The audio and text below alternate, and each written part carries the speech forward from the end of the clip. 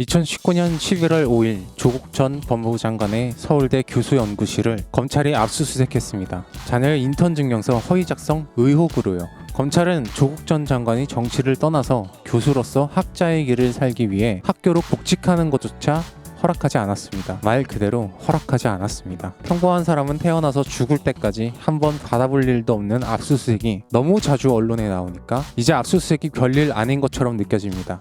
이제는 저 사람도 의혹이 있는데 왜 압수수색 안 하냐는 이야기가 당연해 보일 정도로 무죄 추정의 원칙이 법이 아니라 이론이었나 하는 생각도 듭니다. 그런데 조국 교수님의 연구실이 압수수색 당하던 날 제가 경악한 기사가 하나 있습니다. JTBC에서 만드는 보좌관이라는 드라마가 있습니다. 이 보좌관이라는 드라마는 JTBC와 넷플릭스에서 같이 방영됩니다. 정치권에서 벌어지는 일을 그냥 드라마처럼 잘 표현한 드라마였습니다. 그런데 시즌2를 발표하면서 이 드라마에 곽정한 감독이 발언한 내용에 눈이 갑니다.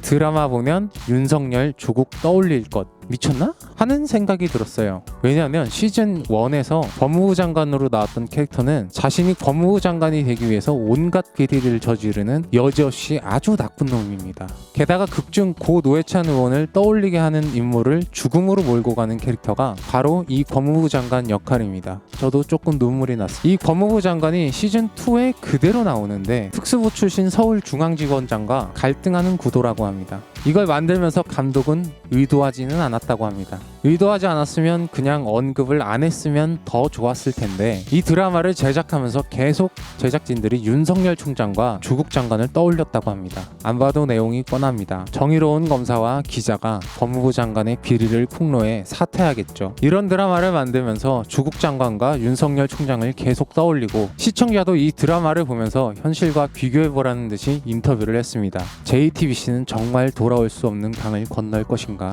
하는 생각이 들었습니다. 아니면 곽정한 감독님도 어디 대학에서 표창장을 한 100개 정도 받으셨나 싶었습니다. 검찰개혁과 언론개혁이 시대의 정신인데 그걸 위해서 불쏘시개로 타들어간 조국 전 법무부 장관을 보고 촛불을 들고 나온 시민들이 몇백만 명인지도 모르겠습니다. 곽정한 감독은 너무 바쁘셔서 이 촛불 시위를 못 보셨나 봅니다. 아니면 뉴스를 JTBC만 보셨던지. 그리고 드라마 시작 전에 보통 이런 문구들을 많이 보셨을 겁니다. 이 드라마의 인물들은 특정 인물과 관계가 없습니다. 그런데 이 보좌관이라는 드라마는 감독이 대놓고 특정 인물을 생각했다고 발언을 해버렸어요. 이거 어떻게 할 겁니까? 그 특정 인물들이 이 드라마로 받는 충격은 어떻게 책임질 것이며 사회적 파장은 누가 책임지고 영향받는 사람들은 어떻게 할 겁니까? 그리고 거기 출연한 배우들, 연출진들, 제작진들, 수많은 사람들이 곽정한 감독의 이 인터뷰로 인해 모두 여기 암묵적 동의를 한 것처럼 되었어요. 저는 이 드라마가 개인적으로 아주 대박이 났으면 좋겠습니다.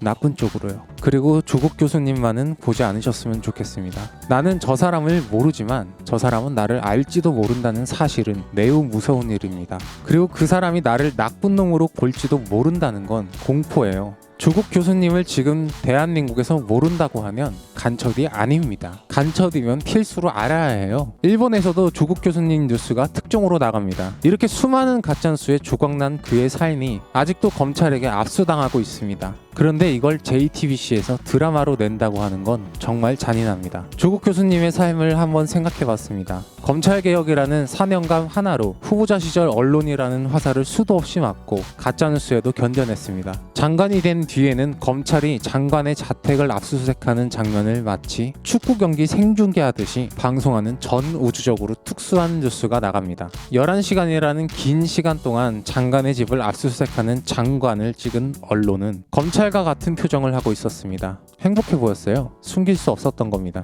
이 압수수색은 과연 짜장면은 한식인가 하는 의혹만 남긴 채 국민들에게 아주 깊은 상처와 트라우마를 남기게 됩니다. 장관의 집이 마치 옆집처럼 보였습니다. 언론은 아주 나쁜 사람의 범죄 현장을 잡아낸 것처럼 방송했다고 생각했겠지만 우리가 본 장면은 장관의 집이 아니라 평범한 집이었어요. 옆집 같았어요. 어떤 대단한 권력자의 집이 아니라 그냥 이웃집 같았어요. 그걸 보고 있던 사람들은 무섭다는 생각이 들었습니다. 누가 설명하지 않아도 강자와 약자가 너무나 선명하게 보였고 여태 장관이라는 직함에 가려서 보이지 않았던 개인이 보이고 검찰과 언론이라는 거대한 조직이 개인을 괴롭히는 게 보였어요. 그래서 국민이 나서서 촛불을 들고 조국 장관을 지키고 검찰개혁을 위해 그리고 검찰과 언론으로부터 스스로를 지키기 위해 거리로 나선 겁니다. 그 사이사이에 검찰과 언론이 짜고 쳤던 거짓말들이 사소해 보일 만큼 정경심 교수님의 구속은 충격적이었습니다. 그리고 조국 장관은 타들어갔습니다.